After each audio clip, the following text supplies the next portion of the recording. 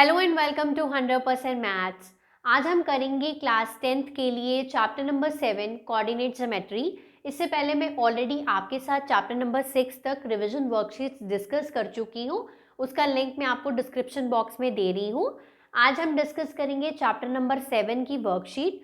आज की इस वीडियो में इम्पॉर्टेंट क्वेश्चंस हैं जो कि प्रीवियस ईयर एग्जाम्स में के डिस्कस किए गए हैं और साथ ही साथ बताऊंगी कि इनको ईजी वे से सॉल्व कैसे करना है। तो आज की वीडियो जो है वो बहुत इंपॉर्टेंट है, आपको बहुत हेल्प करेगी इस चैप्टर को रिवाइज करने में आपके लिए। तो इस वीडियो को लास्ट तक ज़रूर देखिएगा। आइए वीडियो स्टार्ट करते हैं।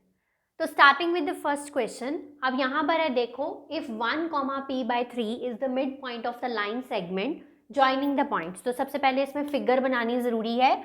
ये हमारी लाइन है और ये दो पॉइंट्स हैं 2,0 और 0,2/9, ठीक है। और ये जो पॉइंट है वो इसका मिड पॉइंट है 1,p/3, ठीक है। इस लाइन सेगमेंट को नेम कर लो, A B is the line segment and let us say M is the mid point of this line segment. अब देन शो दैट वाली चीज बाद में करते हैं। पहले अब आप यहाँ देखो कि ये मिड पॉइंट है और ये दो जो हैं पॉइंट्स हैं। अब यहाँ पर हमें p की वैल्यू पहले फाइंड आउट करनी है, ठीक है। अब उसके लिए सबसे पहले ये है x1 y1 कोऑर्डिनेट, ये है हमारा x2 y2 कोऑर्डिनेट। हम मिड पॉइंट है तो मिड पॉइंट फॉर्मूला अप्लाई करके p की वैल्यू फाइंड आउट कर सकते हैं। क्या कहता है mid point formula? x, y, ठीक है, इसको हमें m फाइंड आउट करना है। अब यहाँ पर है x1 plus x2 divided by 2, y1 plus y2 divided by 2, यही होता है हमारा मिड पॉइंट फॉर्मूला। यहाँ पर m के पॉइंट्स को यहाँ पुट डाउन करो, 1,p/3, x1 प्लस x2 मतलब 2 प्लस 0 डिवाइडेड बाई 2 और यहाँ पर 0 प्लस 2/9 डिवाइडेड बाई 2, ये पुट डाउन कर दिए। अब यहाँ पर देखो 1,p/3 इज इक्वल टू 2/2, कितना हो गया 1। यहाँ क्या हो गया 0 प्लस 2/9, 2/9 ही रहेगा, 2/9 डिवाइडेड बाई 2/1। ये किस तरह से हो जाएगा आप देखो, 2/9 डिवाइडेड बाई 2/1, तो ये रिवर्स होके जाएगा 1/2 हो जाएगा, तो ये 2 कैंसिल हो जाएगा, तो ये बचा क्या 1/9। तो यहाँ पर 1,p/3 इज इक्वल टू 1,1/9। ये आपको पता चल गया ना, 2 से 2 कैंसिल हो गया, ये रिवर्स होके 1/9 बन गया। अब यहाँ से देखो x कोऑर्डिनेट के बराबर है, ठीक है, और y कोऑर्डिनेट भी y कोऑर्डिनेट के इक्वल होगा, यानी कि p/3 इज इक्वल टू 1/9।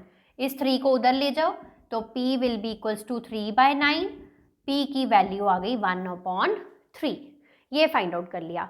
अब हमें इस क्वेश्चन में p की वैल्यू तो फाइंड आउट करने के लिए कहा ही नहीं गया था, हमें चाहिए क्यों थी? अब देखिए, then show that the line, ये लाइन गिवन है, हमें शो करना है कि it passes through the point -1,3p। अब यहाँ पर डालने के लिए p की वैल्यू को चाहिए थी, इसलिए p की वैल्यू को निकाला, ठीक है। अब यहाँ से सबसे पहले ये जो पॉइंट है इसको हम निकालते हैं, तो पॉइंट p मान लेते हैं -1,3p। p की वैल्यू क्या है आपकी -1,3 इंटू 1/3, 3, तो पॉइंट क्या बन गया है -1,1 बन गया है। अब आपको शो करना है कि ये जो लाइन है it passes through this point. Passes through this point का मतलब है ये x कोऑर्डिनेट है, ये y कोऑर्डिनेट है। अगर ये x और y की वैल्यू यहाँ डालने पर 0 बनाता है तो it means it passes through this point. तो पहले हम देख लेते हैं लाइन क्या गिवन है, 5x plus 3y plus 2 is equal to 0।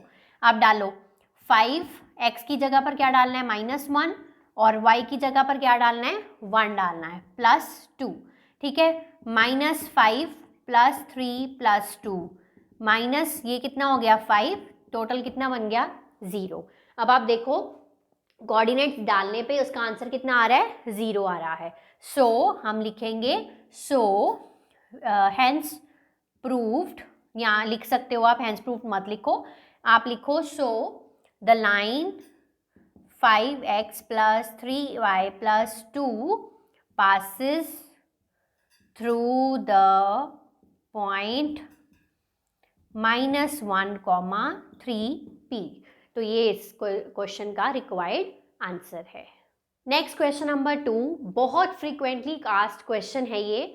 अब यहाँ पर देखो, find relation between x and y, x और वाई के बीच में रिलेशन ढूंढना है such that point x y is equidistant. सबसे पहले इक्वी डिस्टेंट का मतलब क्या होता है? ये बेसिकली दो वर्ड से बना है। इक्वी, इक्वी का मतलब होता है इक्वल, और डिस्टेंट का मतलब होता है डिस्टेंस। यानी कि ये जो पॉइंट है, this is at equal distance from the point 3,6 and -3,4।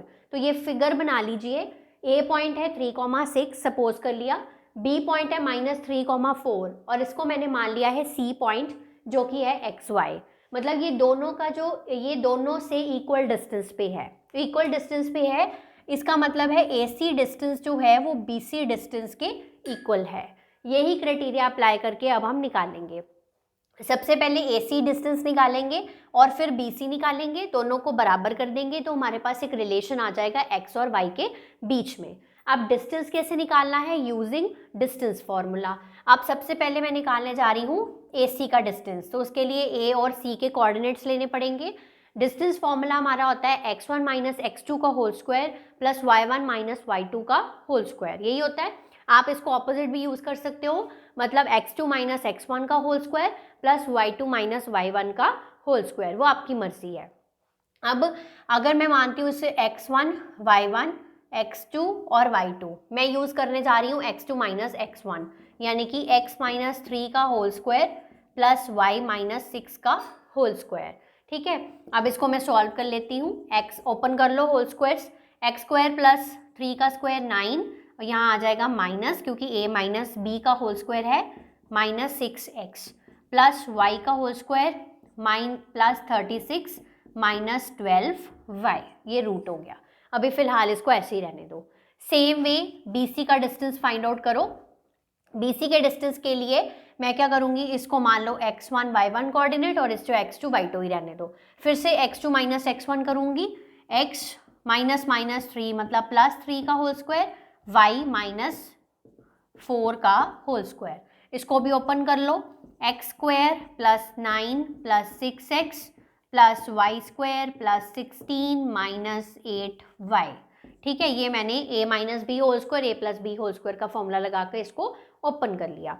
अब दोनों को क्या करना है, AC distance is equal to BC distance, तो दोनों को इस तरह से लिख लो पहले। तो x square plus 9 - 6x plus y square plus 36 -12y, इधर भी इसको कॉपी कर लेते हैं, x square plus 9 plus 6x plus y square plus 16 -8y। अब दोनों का रूट हटा लेते हैं, तो स्क्वायरिंग बोथ साइड्स। ठीक है, स्क्वायरिंग बोथ साइड्स करने पे इसके जो रूट्स हैं वो रिमूव हो जाएंगे, बाकी एज इट इज़ आपको यहाँ पर कॉपी करना है। ये मैंने सारा का सारा कॉपी कर लिया। ठीक है, अब ये x स्क्वायर सामने सामने कट गए, y स्क्वायर सामने सामने कट गए, और क्या कट सकता है? गलती से भी -6x और +6x नहीं काट के आना, क्योंकि साइन उनके ऑपोजिट हैं। साथ में +9 और +9 कट गए। अब जो बाकी बचा है वो आप लिख लीजिए। हमारे पास बचा है -6x, इस 6x को इधर ले आओ, -6x प्लस 36, ठीक है, इधर क्या है 16 माइनस का हो गया, -12y और 8y को भी इधर ले आओ, plus 8y is equal to 0। Right पे मैंने 0 बना लिया, सारी चीज़ें लेफ्ट पे शिफ्ट कर दी। अब मेरे पास बचा क्या, -12x ये दोनों का, plus 36 -16 will be +20 minus 12y 8y में से माइनस किए कितना बचा 4y। ये मेरे पास इक्वेशन बनकर आ गई है। अब आप देखो ये 12 है, 20 है और 4 है, सारे को हम 4 से डिवाइड कर सकते हैं। तो हम क्या करेंगे, डिवाइड बोथ साइड्स बाय 4। ठीक है, 4 से डिवाइड कर लिया। 4 से जब आप डिवाइड करोगे तो ये क्या हो जाएगा, -3x, ठीक है, +5 -y is equal to 0। 0 divide by 4 भी 0 ही रहेगा। अब इसको थोड़ा सा चेंज करके इसके साइंस हम माइनस कॉमन ले लेते हैं, तो ये बन जाएगा 3x + y - 5 is equal to 0। इसको थोड़ा सा चेंज करके लिखना है आपने। अगर आप माइनस कॉमन लेते हो या फिर आप कह सकते हो आपने इसको सारी राइट साइड पे ले गए तो 3x पॉजिटिव का बन गया, y भी पॉजिटिव का बन गया, 5 नेगेटिव का हो जाएगा. So this is the relation between x and y. तो मूविंग टू क्वेश्चन नंबर 3. अब देखो यहाँ पर line segment joining the points a and b. अब ये a और b लाइन सेगमेंट ज्वाइन कर रही है. इस trisected at points p and q. ये फिगर क्वेश्चन में बनी नहीं होगी, आपको खुद बनानी पड़ेगी. ट्राइसेक्टेड का मतलब होता है एक लाइन 3 हिस्सों में डिवाइड हो गई. अब ट्राइसेक्ट कहाँ कहाँ हुई? p और q पे ट्राइसेक्ट हुई. Such that p is nearer to a. तो p जो है वो पॉइंट a के पास बनाना है. तो ये ए बी लाइन सेगमेंट बना ली. अब आप देखो ये लाइन जो है वो 3 हिस्सों में डिवाइडेड है, A P part, P Q part और क्यू बी पार्ट. नहीं देख सकते हैं. अब उसके बाद if P also lies on the line given by 2x plus y minus k is equal to 0. ये जो p है इसके ऊपर से एक लाइन निकल रही है. अब ये लाइन जो है इससे निकल रही है, हमें किसकी वैल्यू फाइंड आउट करनी है? k की वैल्यू फाइंड आउट करनी है. अब इसमें देखो लाइन में 3 अननोन वेरिएबल्स हैं, x, y, k. तो x और y तो इसके कोऑर्डिनेट्स ही हैं, तो वो अगर पता चल जाए तो k की वैल्यू आराम से निकल सकती है. ठीक है, तो इसका फर्स्ट स्टेप है कि x और y की वैल्यू को निकालना. बट इस क्वेश्चन में रेशो भी गिवन नहीं थी, पर ये गिवन था हिंट कि ये ट्राइसेक्ट हो रहा है. ट्राइसेक्शन का मतलब 3 हिस्सों में डिवाइड हो गया. अब ये जो p है x, y, इसके लिए हमें ये जो रेशो है वो कैसे लेनी है? देखो ये एक हिस्सा है ए पी तक और ये p से b तक 2 हिस्से हैं, तो रेशो क्या लेंगे? 1:2 लेंगे. राइट. अगर हमने q के कोऑर्डिनेट्स निकालने होते तो इसके लिए रेशो क्या बनती? इसके लिए रेशो बनती a से q तक कितना डिस्टेंस है? 2, और फिर ये QB वाला एक हिस्सा, यानी कि 2:1. बट इसमें हमें q वाले की ज़रूरत नहीं है, सिर्फ p वाले के लिए ज़रूरत थी 1:2. बस ये लॉजिक है इस क्वेश्चन के लिए. अब ये देखो x1 y1 गिवन है, x2 y2 है, रेशो है हमारे पास. तो सेक्शन फॉर्मूला लगाकर हम x और y की वैल्यूज़ को फाइंड आउट कर सकते हैं. तो सेक्शन फॉर्मूला क्या होता है? m1 x2 m2 x1 plus divided by m1 plus m2. इसका मैंने आपको इजी वे आउट भी बताया हुआ है. आप इस तरह से m1 m2 लिख लो, इस तरह से x1 x2 लिख लो. फॉर्मूला नहीं भी याद हो रहा है तो क्रॉस मल्टीप्लाई करके कर लो, m1 x2 plus m2 x1. ठीक है, तो ये इजी वे है इस फॉर्मूले को याद रखने का. ऐसे ही m1 y2 plus m2 y1 divided by m1 plus m2.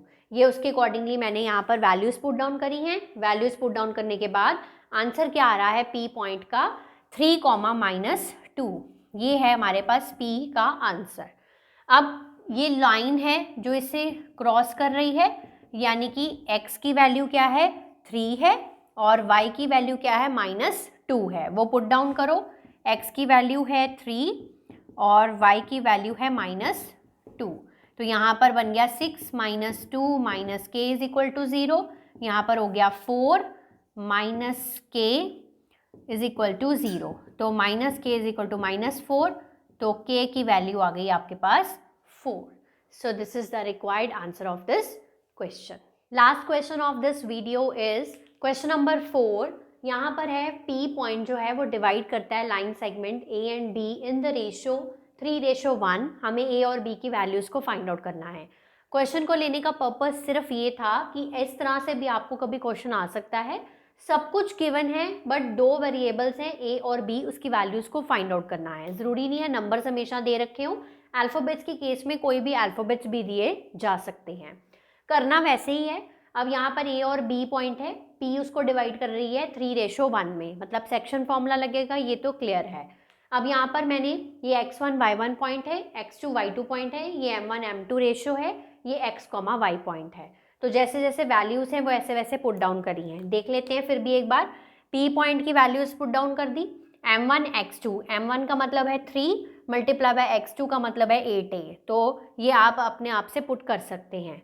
अब हम इसको सॉल्व करते हैं. 9a - 2 is equal two comma -b.